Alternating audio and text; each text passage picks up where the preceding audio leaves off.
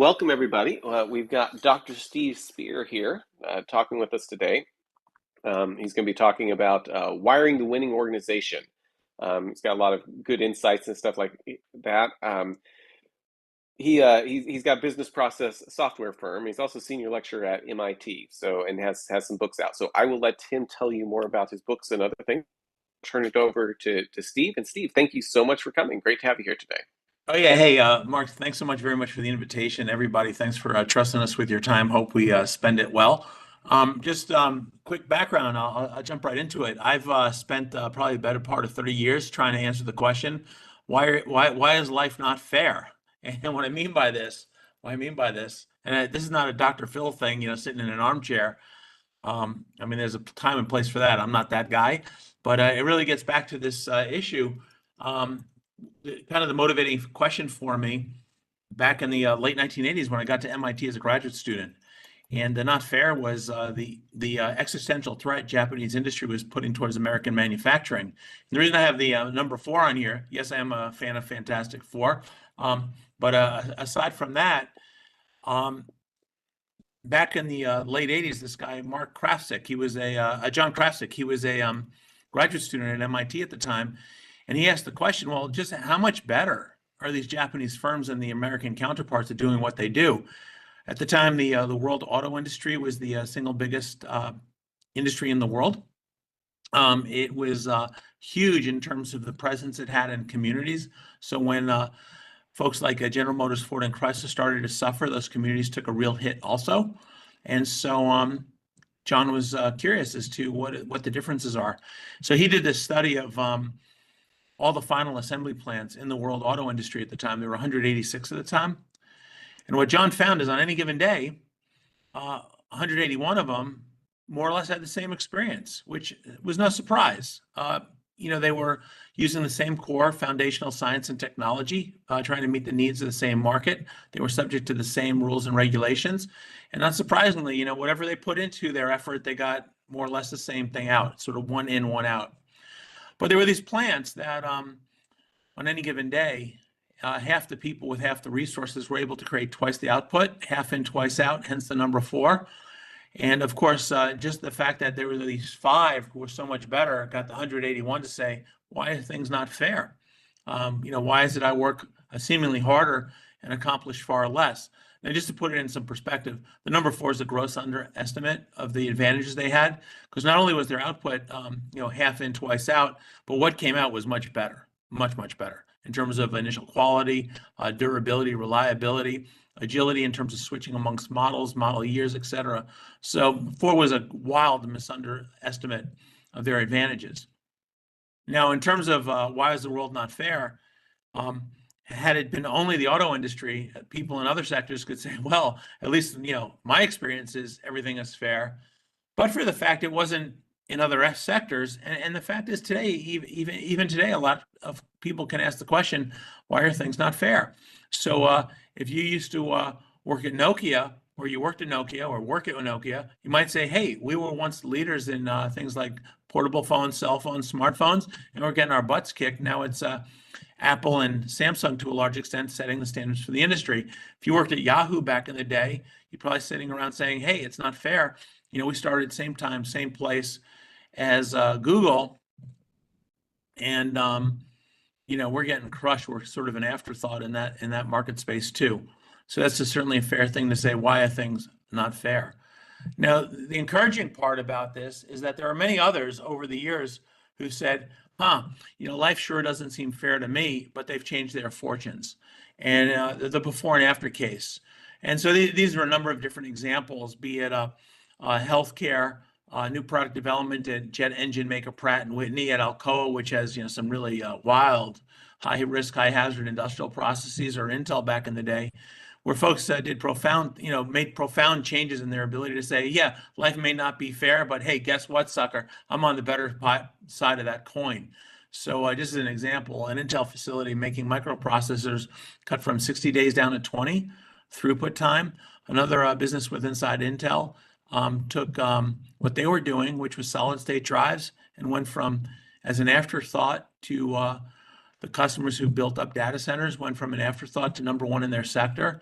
Hospitals completely eliminated all sorts of terrible hospital-acquired infections and patient falls and mismedication and wrong side surgery, while also increasing capacity and reducing cost and reducing the overburden on staff. So anyway, this whole issue of why is life not fair? Let's just say there's a lot of folks, this is not sector specific, that it's not fair for a lot of folks. And really the challenge then is how do we get it so that the world is, that I'm making my experience much better than others? It's not fair, but I'm on the good side of that. So anyway, Mark, let me just pause right here and just see how we're doing in terms of just questions, and are we landing on the paradox, which is how do we get the world to be unfair, but unfair to our own advantage? So Maven asked, does Japan enjoy the same advantage as it did then, or has that shifted to China? China's got cheap labor and regulatory environment that's less cumbersome. What does that look like today? I'll tell you that's a fantastic question. I'll just anchor back on the Japan thing. Is when this question got started, and this fellow John Kraftsik did his initial study, people said, "Oh, this is a Japanese thing." There was something about culture, eating tofu versus beef or whatnot, or having samurai versus cowboys as your your cultural reference point. Turned out this wasn't a Japanese thing. That there were a lot of crappy companies in Japan, really bad ones. We knew of the good ones because they were successful not only in Japan, and they had evolved. And it's actually interesting. Japan was a very, very competitive marketplace for electronics, automobiles, et cetera, et cetera. So the folks who made it over here, Sony, Mitsubishi, Toyota, Honda, Toshiba, they were the ones who survived a brutal, brutal battle over there. Moreover, not only to the point it wasn't just Japan, it was very particular companies. Toyota, for example, got over here and had enormous success with an American workforce. And today, you can make the argument that Toyota is approaching self-sufficiency in North America in terms of being designing, sourcing parts, assembly, selling, et cetera, et cetera. And I lost track of whether they're the number one or number two automaker here in the U.S. Ford competes with them, but then you have to factor in a lot of trucks for Ford. But Toyota is doing this with an American workforce. They're doing it with American workforce. And there are other American companies, we can go with, Apple and Google, which have nothing to do with Japan, right? So anyway, great question. But what we really want to drive this down, and it's a great segue to the next slide. This is not about national culture. It's not about national regulation. This is not the Japanese diet competing with the American Congress. I think we get losers on both sides then. It's not the Chinese Communist Party competing with our Democrat and Republican. Again, who would want to bet on who would be the winner there? No, there's something fundamental about management systems. And it gets back to this, image B here, which is if everything's the same but for outcome, the only thing left to explain the outcome, again, your inputs, your regulations, your raw materials, your science, technology, blah, blah, it's all the same. If the only thing left is outcome, it's got to be something about how we turn inputs into outputs. There's something about the management systems we use which are the source of this unfairness. And hopefully our management systems are such that, we benefit from the unfairness. We don't suffer from it. Anyway, Mark, how does that go in terms of answering that question that was just asked? So I think that's great. Maybe let me know if you've got any other follow-up questions to that. I did think that was very interesting, your point that the automakers that did well in other countries, enough that they could justify coming to the United States. There's a little bit of a selection bias. They've done something right. There is another question here. Do you have any more examples of companies in software that are, I guess, more specific examples of companies in software that are getting that type of 4x or greater outcomes? Yeah. So I think the publicly, the ones that we look at are the FANGs, right? The Facebook, Amazon, Apple, Netflix, Google, et cetera, et cetera. I'm sure there are others. I'm not as deeply immersed in that world yet as I have been. My roots are as factory rat, and then the world became less industrial and more, IT technological. But, the big ones, and I'll actually get into explaining why those folks might have some of the advantages they do have today. Again, the Google versus Yahoo, or the Apple versus Nokia. Let me just land this other point though. So when we start getting into this question of, what is it about the management systems? Those of us who went through operations management class might have been indoctrinated to think, oh, this is just about the flow of materials through machinery. And in my first book, The High Velocity Edge, We make the case that Toyota is not competing on its algorithms for putting material through machinery. That's what I thought when I first embedded in Toyota as an apprentice there some 30 years ago. But we discovered they're not competing on that. I'll get into a moment what they are. What we make very explicit in the new book, Wiring the Winning Organization, is that the winners compete on their ability to create conditions, and I'll be real clear on this, create conditions in which the people for whom they're responsible are able to solve really hard problems better, faster than anybody else in the world. And this is a little semantic or nomenclature thing, but when I said people who are responsible for the conditions other people encounter, so that's really a long way of saying a short word, which is leaders. The reason I said it that way is oftentimes when we start talking about leadership, then we think about leadership as the people at the top of the organization and everyone else at the bottom. And I just have to say how much I'm revolted by those cliches, because you start thinking about it, the people at quote unquote the bottom of the organization, those are the people who actually solve problems and create solutions that other people value, right? And so it's not like they're the serfs and they're out there, tilling the land and then, giving payments and gratitudes to the people who allow them the opportunity to till the soil. No, in fact, those people are, the term I'm more comfortable with is the people who are closer to the direct work. My son came up the other day with a term. He was writing a paper, and he referred to not knowledge workers and non-knowledge workers, or those at the top or those at the bottom. He referred to people whose work is sedentary versus active. But here's the point: is that as leaders, leaders are typically not in the position where they do something that someone else will value, who's on the outside paying, right, or otherwise appreciating in the public sector. A leader is there to create those winning conditions. Now, if you'll indulge me, I'll sort of back that up. In the new book, and this again emphasizes what we said about Toyota and the high velocity edge, is that all work, this is a very strong assertion in the new book, all work is knowledge work. Doesn't matter what it is. And we start the book in chapter 2 with a vignette of two guys trying to move a couch. And if you start thinking about any work, moving a couch certainly looks more like brawn work than brain work. But we've all had this experience of moving a couch. And moving a couch, yeah, it does require that your back's not going to pop out a disc. But the part about moving a couch is we all know that in order to move a couch successfully, the first thing we have to do is talk about moving the couch. Hey, Mark, that looks like a heavy flipping couch. Oh, man, it sure does. You know what? Where are we going to grab this couch so the couch doesn't flip over on us? Well, let's put our hands further on the back of the couch and towards the rear legs, not the front, because it's otherwise imbalanced. Hey, Mark, I noticed.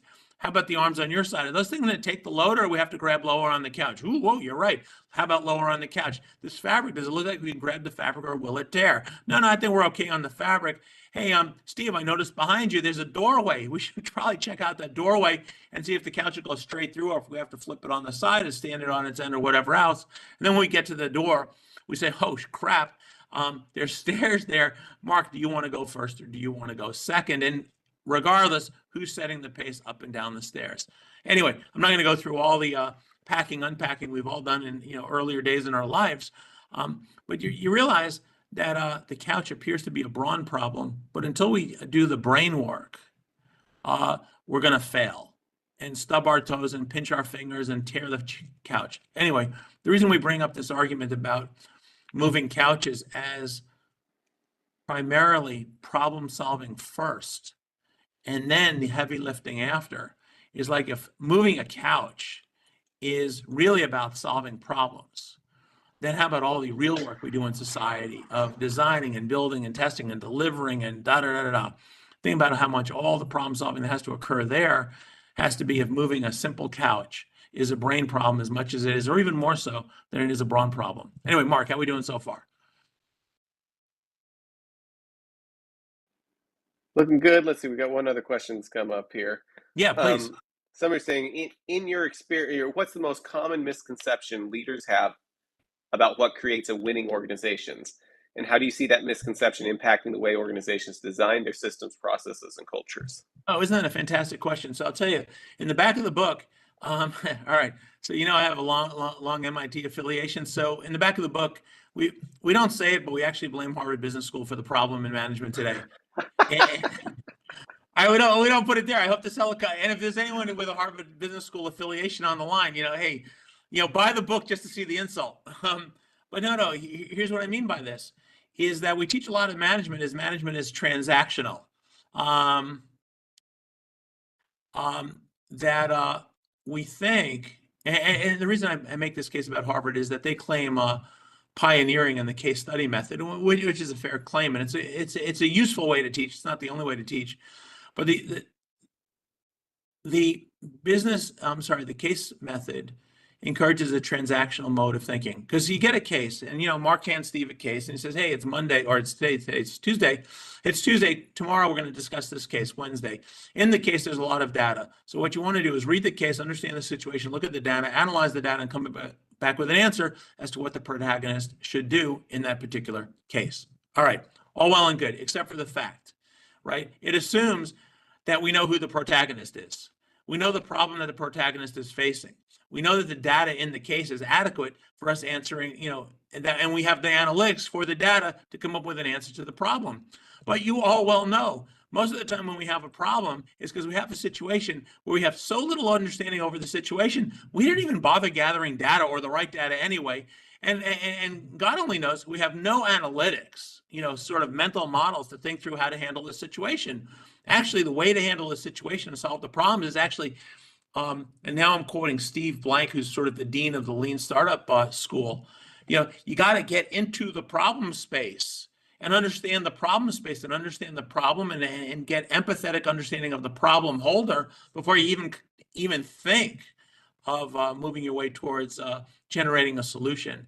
And then the argument, whether it's out of the Agile community, the DevOps community, the Lean Startup community, whatever, or back in the day, Toyota, when people cared about actually making things, the idea is that even when you have some empathetic understanding of problem holder, and problem space, you got to do a lot of work to generate solutions and find out what's wrong with your idea and get that feedback, and then get that feedback quickly, often, to iterate towards a really good solution. So anyway, Mark, to the question, how do people fail? They think that you can lead from a distance, that you can lead by getting the data, doing an analysis, and giving sort of ambiguous direction to all the minions and the serfs out there as to what to do and how to do it. In contrast, the overwhelming evidence is that the way to lead is actually lean into the problem space. Get close to the point where there are problems, and then gradually find things and fix things. That's it. Over and over, find things and fix things. Now, I got some examples of that, so I'm gonna pause on my sort of diatribe now, get off my soapbox a little bit, and actually give some examples, if that's all right. All right, so far so good. All right, so anyway, on to this issue about really, we organize in the first place, join organizations in the first place to solve really hard problems. It then begs the question, what makes solving problems easier or hard? And so in the book, we make the distinction between what we call danger zones and winning zones. And the danger zone is where it's just wicked hard to solve problems. The problems are really complex. Everything is tightly intertwined. We have little opportunity to generate thoughts because of how quickly, it's, I need an answer, that kind of thing. That's the danger zone. And then we contrast that with the winning zone, which is, it's the same dimensions, but everything's the opposite. That we're given problems which are easier to manage, that we have opportunity to think slowly, to be generative, to be creative, to be thoughtful, to be self-reflective, self-critical if that's necessary, and that when we're trying to generate solutions to hard problems, it's safe to do so. We're not at physical risk, we're not at financial risk, we're not at emotional risk, professional risk, et cetera, et cetera. Anyway, this idea of there being this danger zone and this winning zone, and that as leaders, again, this issue of creating conditions in which it's easier for people to solve hard problems than not. Our job as leaders is to get our people out of the danger zone into the winning zone so they can solve really hard problems better, faster, and well. How are we doing so far, Mark? So this question is similar, and maybe the same thing, but just see if there's a different nuance to it. Said, in your experience, what's the single biggest thing leaders consistently overlook when trying to change the organization system, especially in tech or knowledge work? How can someone recognize and expose that blind spot early? Yeah. And you mentioned getting into the problem space. Is there any other nuance around that particular question? Yeah, so it's an awesome question. I just say leaders can fail in so many different ways. in terms of keeping people in the danger zone versus not. So in the book, in Wiring the Winning Organization, we make references to mechanisms to get out of the danger zone. And one we say is a failure mode is very often leaders are so overwhelmed by the demands of keeping operational tempo that they don't allow people the time offline upstream to just be contemplative and run the experiments, run the simulations, run anyway, the simulations, the experiments, whatever else, to solve problems offline upstream before they try to put new ideas which haven't been validated well enough into practice. Some screaming examples of this. I had an experience a bunch of years ago. The U.S. Navy was getting ready to was developing a whole new generation of aircraft carrier called the Ford class, as opposed to the Nimitz class, which was decades old. And the Ford class was going to carry 4 or 5 or 6, really cutting edge technologies, really cool stuff. Use of magnets to launch airplanes to run the catapults versus steam. It was all reasons for doing that to increase the rate of that you could pulse planes into the battle space, the space required, etc. Anyway, the whole list of things. One was these really cool elevators that could lift weapons from where munitions was stored up to where they had to be put on planes. And these elevators were like these self-levitating on magnet rails, kind of like really out of Star Wars. So anyway, where's the problem in terms of slowing things down and doing your offline problem solving? So somehow the discussion occurred with Secretary of Defense Rumsfeld, where people say, look, this is a really cool technology. I mean, we're just really nerding out about it, both the sailors and the civilians and the engineers and the scientists, really cool stuff. But, there's never been done before at this kind of very demanding scale. Maybe it works in a Disney park or a Universal Studios, but on a warship at sea subject to battle conditions, we haven't really worked out the bugs. And the request there was, can we just slow down the deployment of this technology onto the Ford? First, give us a chance to do mock-ups and simulations and virtual experiments and build land-based models, et cetera, et cetera. And then when we've worked out the bugs, as many as we can over here, then we'll actually put it on the ship. And Rumsfeld gave an answer which was sort of inside the quotes or the brackets or the thinking out, the not thinking, the thinking. It's like, well, how hard can this be? Figure it out on board. Well, anyway, it took years extra and billions of dollars more to get that what was called advanced weapon systems. It took years to get it validated before it was actually battle worthy. Again, there was some bean counter at the Pentagon way back when who was whispering into Rumsfeld's ear, or maybe he just thought of it himself, had the bright ideas like, oh, we don't have time and we don't have the money to do the land-based exercises, simulations, mock-ups, et cetera, et cetera. Of course, then they came up with, 10x, 20x, 100x more time and money to fix the problems that hadn't been resolved on land. So anyway, Mark, to the question, what's a major failure mode? A major failure mode is thinking that, we can't afford the time and money now.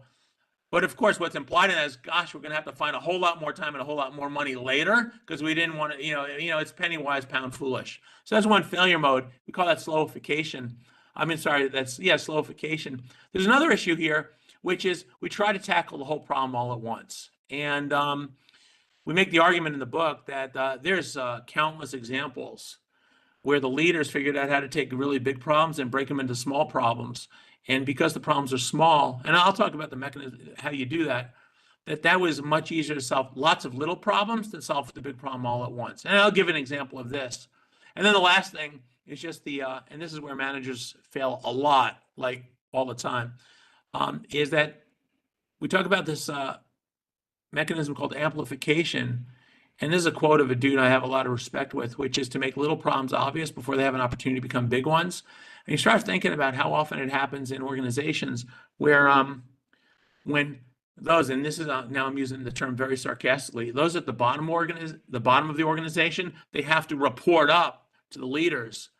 And all the mechanisms in place are that what they have to do is report up the successes. Oh, everything's going great, sir. No, everything's in the green. Absolutely, everything's in the green. Or, oh, it ran risk of moving into the red, but we're going to re-baseline and get it back into the green or whatever else it is. But the thing is, if you start doing that, if you create, as a leader, an environment where people show up thinking that they have to tell you only good news, Well, there's bad news going on, like with these advanced weapons elevators. The bad news is there, but you're not going to find out until it's a big, huge crisis problem, right? So anyway, what else can the leaders do to really screw things up? Is they can say, no, I only want the good news, solve the problems on your own. So anyway, let me give you an example on the slowification, simplification part, and then we can explore these forward. But I have an example all queued up. So, a mentor of mine and, mentor, colleague, friend for like a 20-year period, I'm really blessed by this, is Clay Christensen. He sort of adopted me when I first showed up for my doctorate back in, 1995, and kept educating me. That's either a sign of his generosity of time and spirit, or just my need to be educated. But I really benefited from that. And Clay was the guy who came up with this term disruptive innovation. And disruptive innovation, people thought about, basically, there's some established incumbent out there, and they got this big, huge business, whether it's IBM with mainframes in the day, or in the example I'll use is, the steam shovel operators, which is doing big, huge scale mining and excavation for big buildings. And then, Mark and Steve concoct this scheme like, oh, we're going to come up with a disruption for the steam shovels and all their things. And Clay said, that's not how it happened.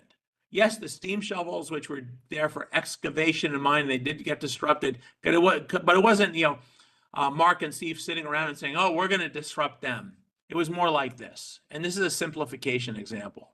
It's that Mark and Steve are sitting around one of their kitchen tables in California in the late 1940s, and it's getting ready for planting season. And Mark is like, man, son of a, I got all these irrigation ditches I got to be digging. And that is quite literally, not figuratively, literally backbreaking labor without the pickaxes and the shovels and digging all those irrigation ditches. Man, I'm not looking forward to that. And Steve, who also is kind of lazy, so doesn't want to break his back either, says, hey, Mark, good news. I got this tractor.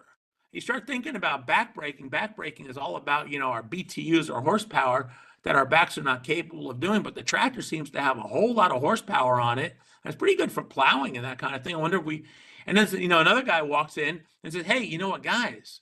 I got a shovel. And if we could figure out how to put a shovel on the end of Steve's tractor and let the tractor do all the heavy lifting, we're in good shape. And I swear, I'm not making this up. This is a picture of the first backhoe, 1948 in California. Now, here's the thing about that backhoe. It wasn't going to do any mining or excavation or anything like that, but it was way better than a pickaxe and a shovel. And then, Mark and Steve, and they put that thing together. And then their friend Tony comes over and says, dang, that thing's pretty good. It saved you a lot of backbreaking labor on your little bitty irrigation ditches. But, I do the manly work of digging trenches. And I got to tell you, man, that trench digging, that's not only backbreaking labor, but it's also dangerous too, because the trenches could collapse. Would your little bitty backhoe solve on that? And we're like, oh, no, I'm sorry, it doesn't. But then someone else walks in the door and says, you know what?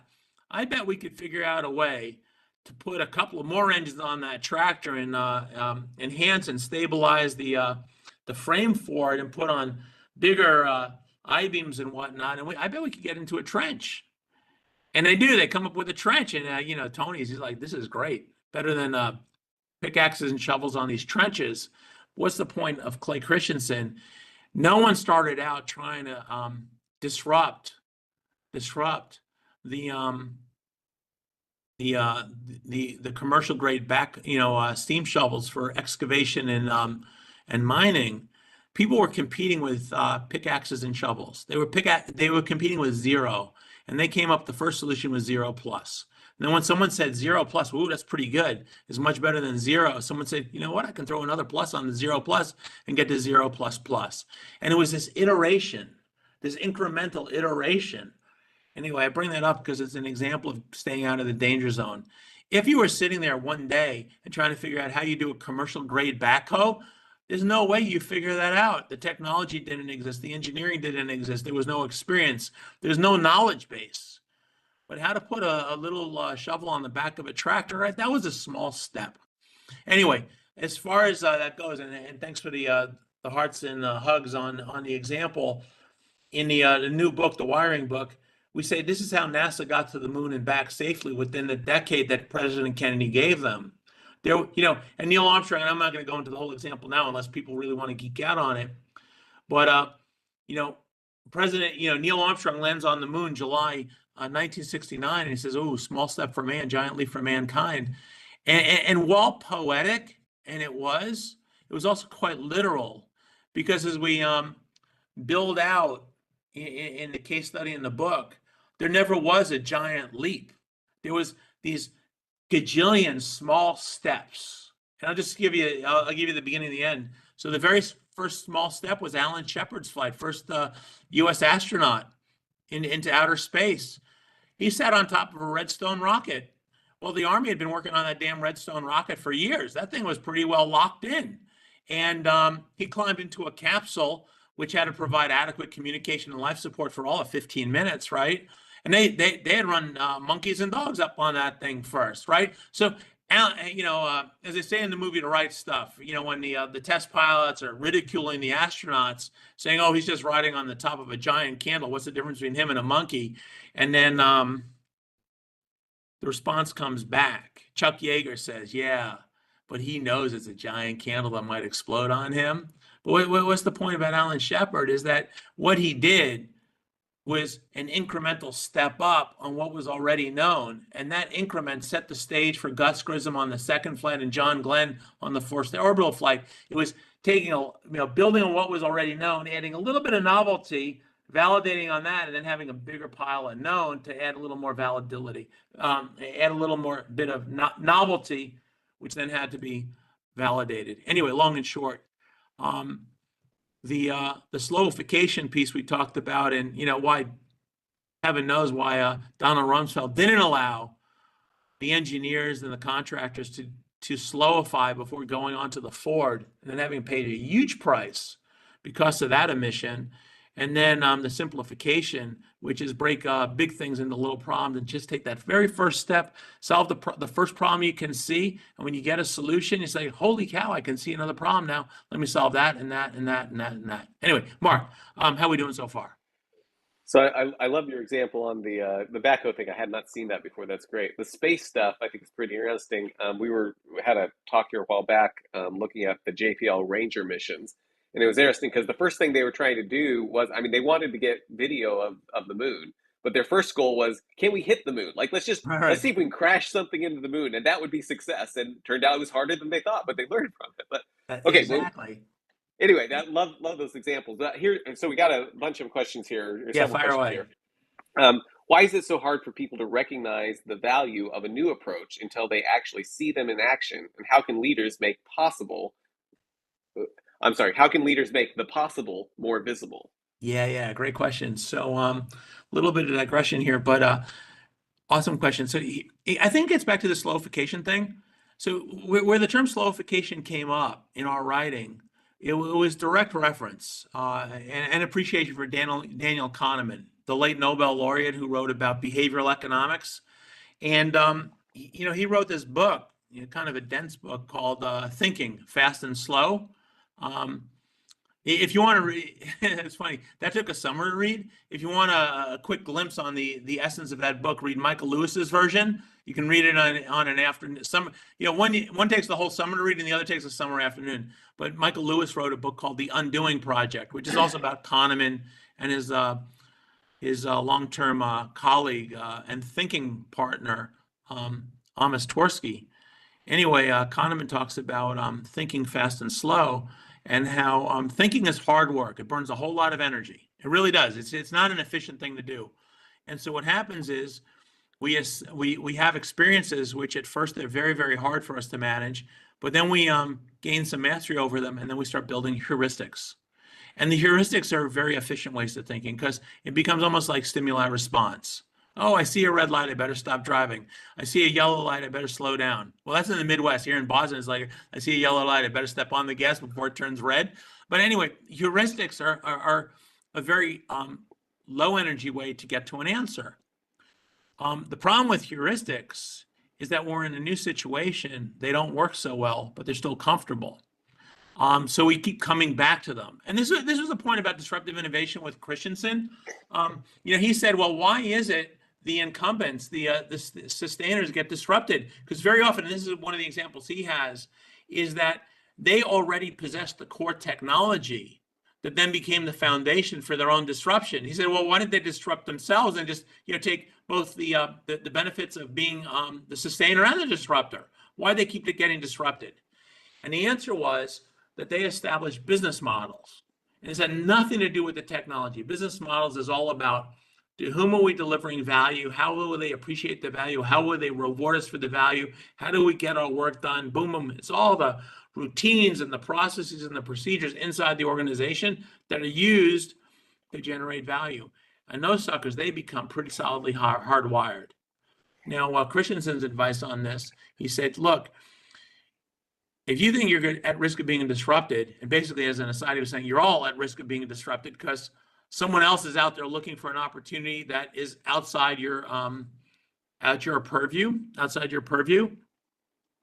Christensen's advice was create a stand-up organization, create a standalone organization. And that standalone organization would have the latitude to explore new problem spaces, find new problems, find new problem holders, and go through the process of validating solutions and the business models behind them that would allow you to deliver those solutions into the new problem space, not the old. And again, Steve Blank, who's fantastic guy, great teacher, dean of the lean startup thinking, he has different language around this, but it's the same idea. He calls it an execution and an innovation organization. But his point is the same, is that the execution organization has known ways of doing known things. And it's really hard without a very deliberate effort to change those. And in fact, sometimes there's no reason to, because they're working. I mean, that's why they're the execution sustaining organization. It's like you don't want to change those because they're working. So what you need is this, what he calls the innovation, what Christensen called the standalone organization, to explore new problems and generate new ideas. Just one aside, because I can't go too long without making reference back to Toyota. This is where the Prius came from. So Toyota in the late 1900s was thinking, hey, we really got to mix things up, new generation, new consumers, new changing market. We need a 21st century car. They didn't know what that meant. And then they said, well, you know what? We're going to create a team. And their team would just go figure out what new next generation car is, 21st century car is. And they came back and said, you know what? It is double the fuel efficiency. That's what it's got to be. And the Toyota leadership said, well, if that's what you say, we'll buy that. And then this team started thinking about, well, how do you get double the fuel efficiency? And here's the beauty. They were standalone. So they didn't have to lock into how Toyota had designed cars.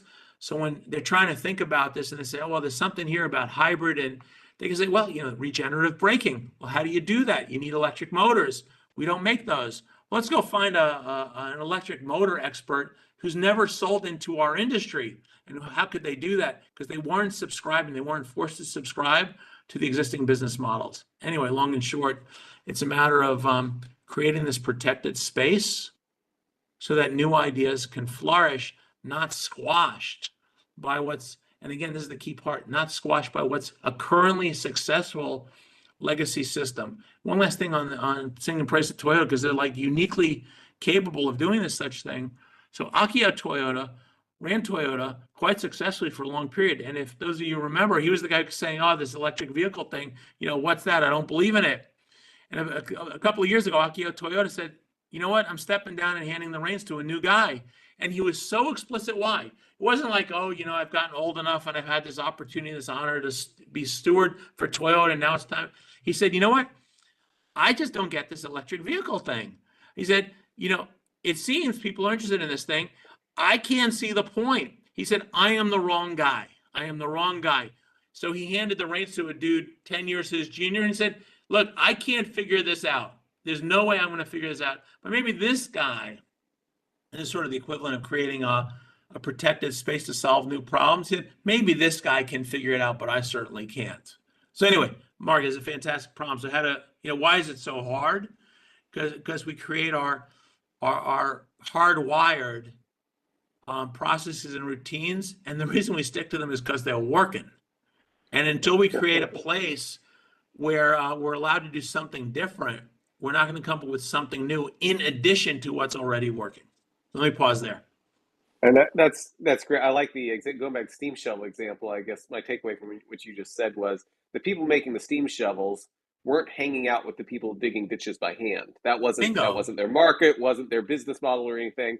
And so they weren't even, that wasn't a problem even on their radar. And so of course they I mean, that tractor looks very inferior compared to the steam shovel, right? And it Right. is, but it solves a different problem. That's great. Solves it, and that's the key part. It solves a different problem, and then the intrusion occurs. Right. Right. So David Sanchez asks or says, in the telecommunication arena service, providers have test beds to get trained offline and ready when problems arrive in the NOCs.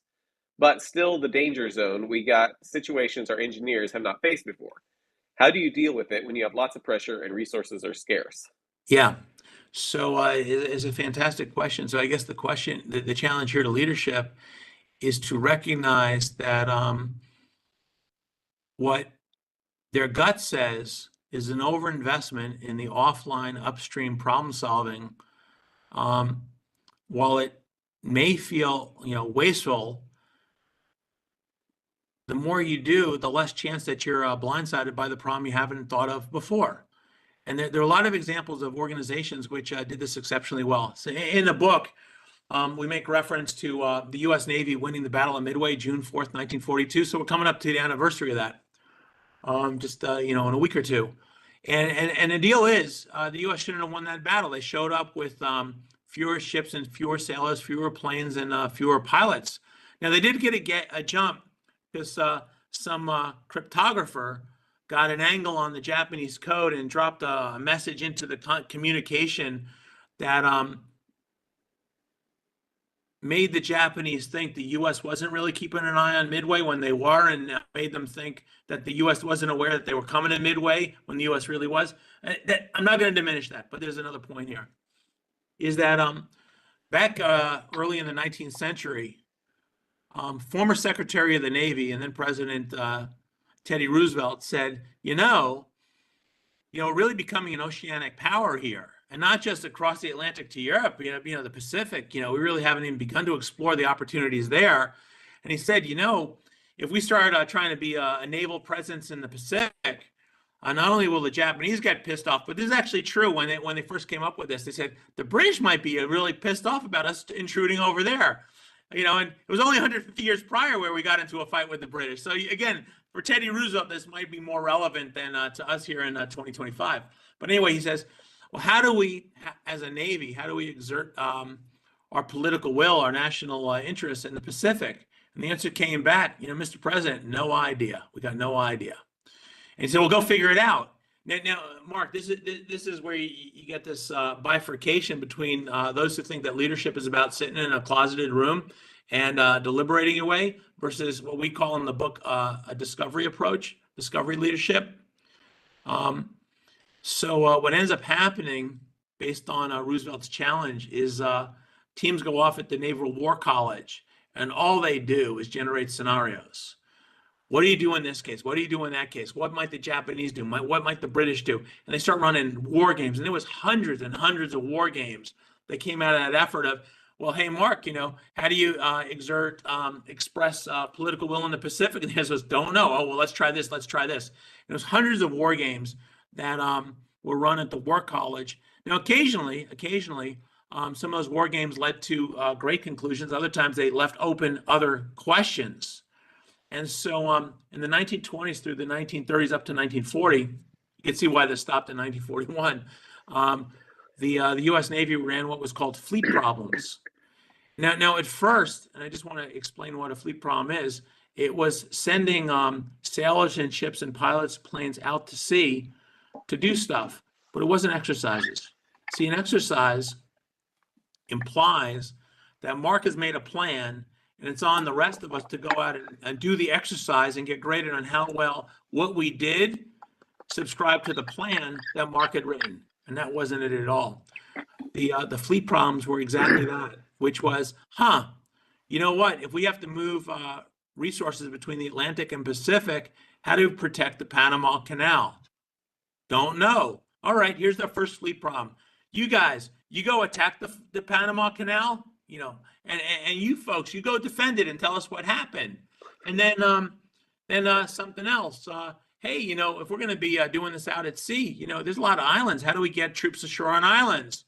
Don't know. Well, you know, we've done a lot of work at the War College and elsewhere, but why don't we make this year's fleet problem? And it was, let's go out and try and land troops. Hey, once they're there, how are we going to support the garrison troops with food and fuel and ammunition, et cetera, et cetera? I don't know. That was another fleet problem. How do we, you know, and the Panama Canal became a fleet problem 3 times because no one got an answer right on the first time. They had to do it a second and a third.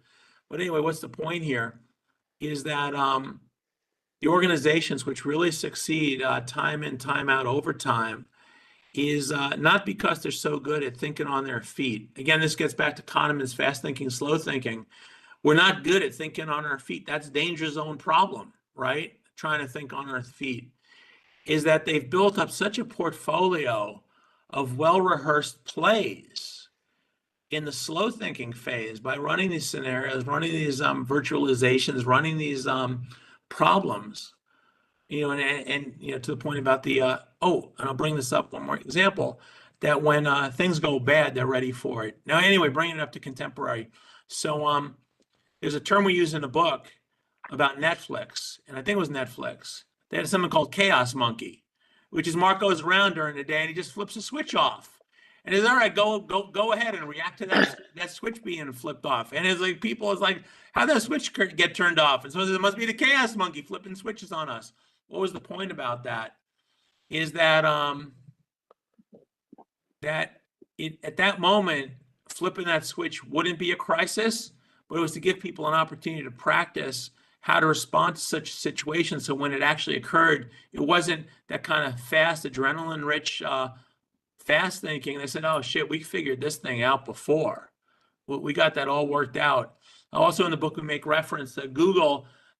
They also, you know, the fanciful, they said, well, what are some scenarios? And, you know, look, you got to figure who's working at Google. Some dude says, well, what if there's a wormhole and aliens come through the wormhole and they land here unbeknownst to us and they knock out a server center? What would happen then? And they're like, yep, not likely, but it could happen. You know, there's a probability greater than 0. So they ran that scenario to figure out what happens if you lose a data center. Of course, they also ran it what happens if we lose it to a typhoon, an earthquake, or a flood. But they actually ran one to an alien invasion or attack. Anyway, what's the point here? And I really appreciate the question. Is that the folks who lead real well, they don't say, you know, we've done 2 or 3 of these. This is just part of their routine work, is constructing scenarios and trying to figure out how to survive them. Anyway, I got more examples, but I'll stop there. I was getting a little overexcited anyway. Okay, we got two questions on the board now. Yeah. One is, are there any warning signs you've seen, early subtle indicators that an organization is about to stall out in its improvement effort, even if everything looks healthy on the surface? And what patterns have you noticed that most leaders miss until it's too late? Yeah. So y'all got to be paranoid about being paranoid, or more specifically, paranoid about not being paranoid. The one thing I have noticed about the folks who are really good at this, and I'll turn this into another sort of psychological description, but the folks I've worked with who are really exceptional at this sort of thing, is they're so freaking paranoid that something's gonna go wrong. And it's like, oh, this might go wrong. You know, again, you know, the wormhole, the aliens, and the server, right? It's like, that's the level of paranoia that they're worried about the wormhole. You know, hey, Jean-Luc Picard may be off duty that day, and they come through the wormhole, right? So here's an early indicator. Are people losing their paranoia? They say, oh, you know, how bad can things be? Well, the paranoid people, there's a joke, sorry, I guess I get to say this. I get the pass, right? You know, what's the definition of a Jewish optimist? When someone says things couldn't be worse, he says, well, actually, they could be, right? But anyway, I get to tell that one. Y'all can tell your own jokes amongst yourselves. I get those and nerd jokes. But anyway, what's the point? Is the paranoid people worry about not enough paranoia. And I've had these conversations with folks in all sorts of organizations. So I deal with, obviously, I've been a 30-year student at Toyota. They're always worried that they're not worried enough about little things. A dude I work with who's been right in the Navy's nuclear propulsion program for his whole career, 35 years.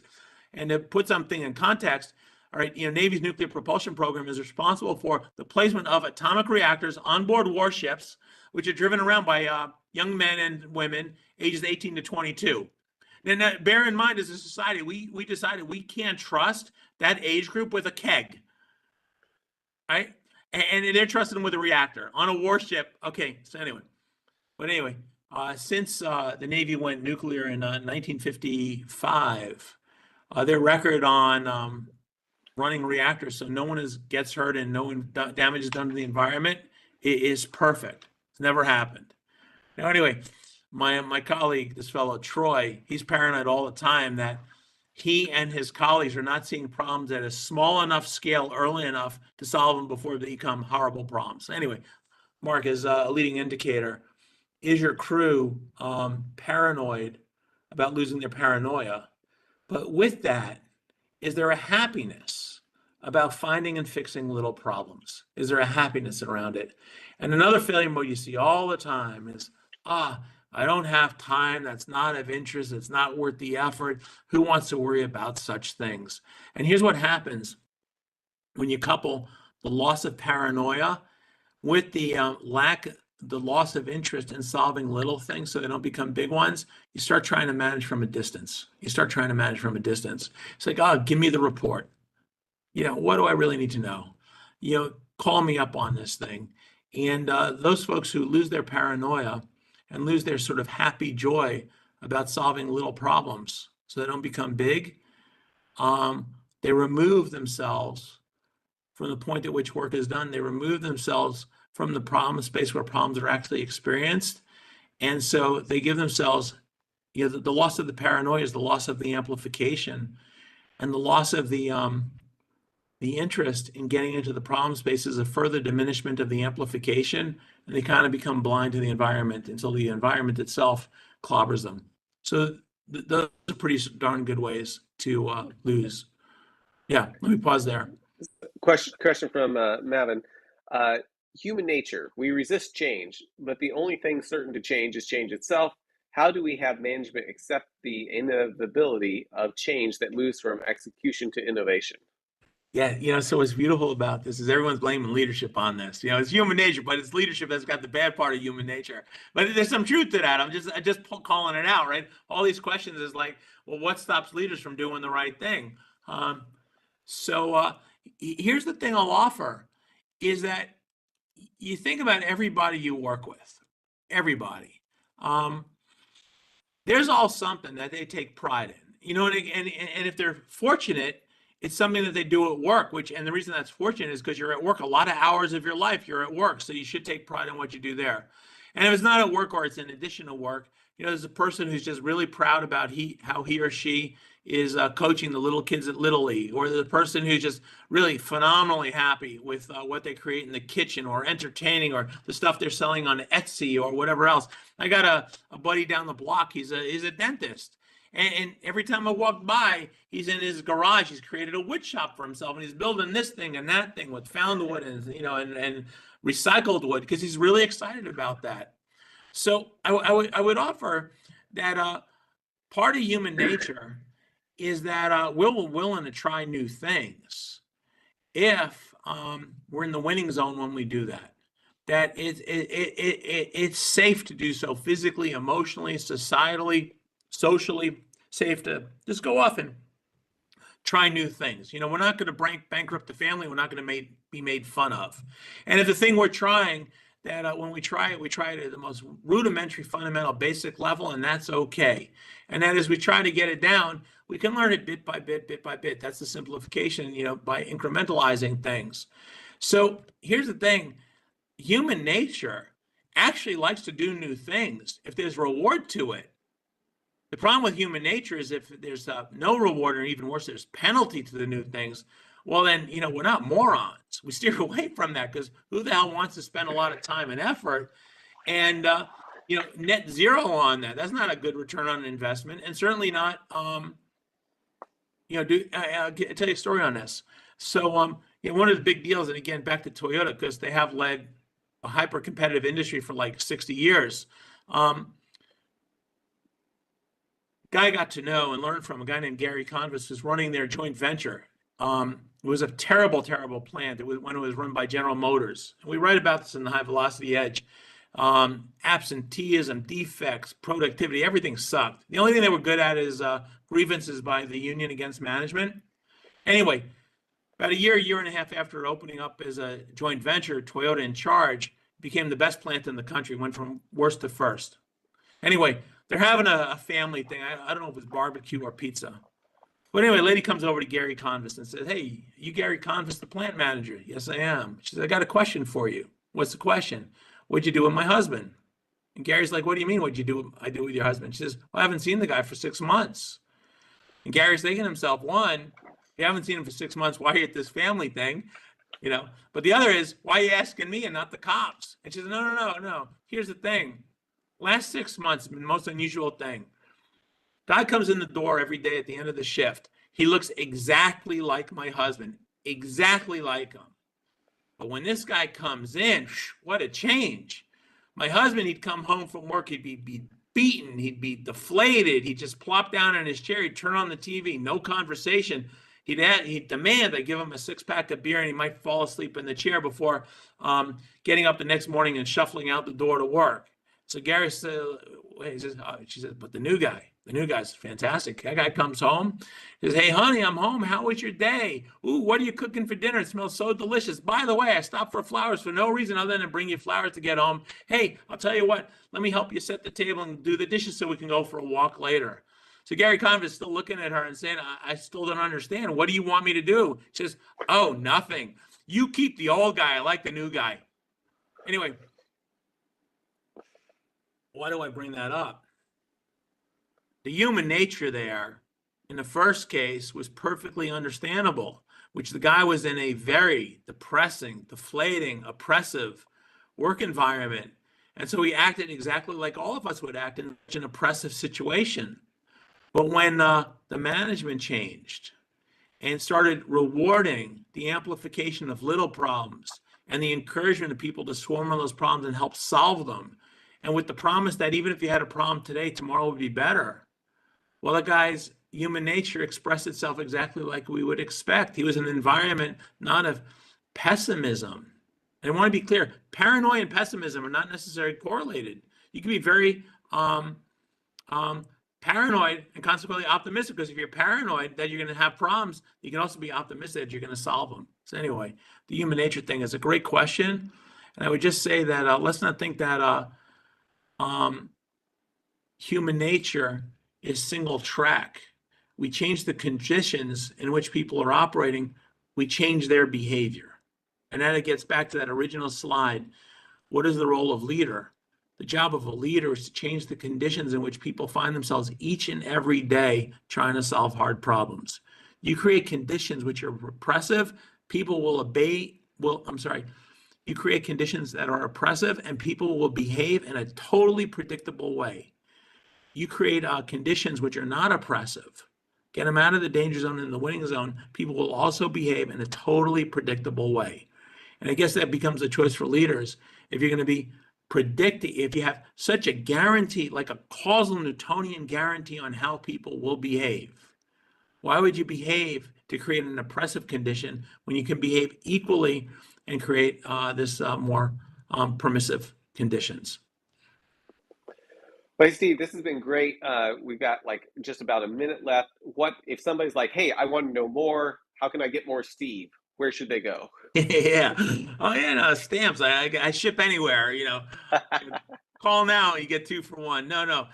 So I appreciate this, and I'm sure you can put it on the chat or whatnot. So a couple of things here. Drop me a note, LinkedIn, whatever else. You got a question, I'll answer. I love questions because it tells me what I got wrong. So that's good. Second thing is we've got a couple of books out there. So Wiring the Winning Organization, that's the new one with Gene Kim, who's the IT DevOps guru. Wiring the Winning Organization. The previous book, The High Velocity Edge, that's out there on Amazon. We got a little software company which is providing both tools and coaching on how to amplify more, to simplify and slowify and whatnot. That's called C2Solve, like SEETOSOLVE, C2Solve.com. And last is we teach courses at MIT, some of them which are online, self-paced, etc. It's a beautiful format. We got a live TA to go with it. So you can check that out also. Oh yeah, and then Mark's throwing up the connections, right? The 2 books and some other stuff. So anyway, yeah, there's more of me to Okay. go around. So, feel free to grab. That's great. So I got the links up that I could. I big one I do is get the LinkedIn one because you can probably find anything from that. Steve, thank you so much. This is great. Appreciated the stories. Appreciated the insight and stuff. Really, really appreciate it. And Yeah. John says that the world needs more Steve. So yeah, definitely I'm connect with quoting him you to on my LinkedIn. family over dinner tonight on that, John. You're being cited early and often. Thank you. Well, everybody, thanks for coming. Let's see. I think next week we've got. Well, you should have the invite from it. I'll have to look up who do we have next week. I think we've got map your path to performance with flow engineering with Steve Pereira, Oh, and nice. yeah. So looking forward to next week as well. Hope to see you then, Steve. Thank you so much, and everybody grab those links before it disappears. Connect with him in LinkedIn and see what else he's got. But thank you everybody for coming, and thank you so much, Steve. Hope our paths cross again. You bet. Keep on rocking. Thank you very much.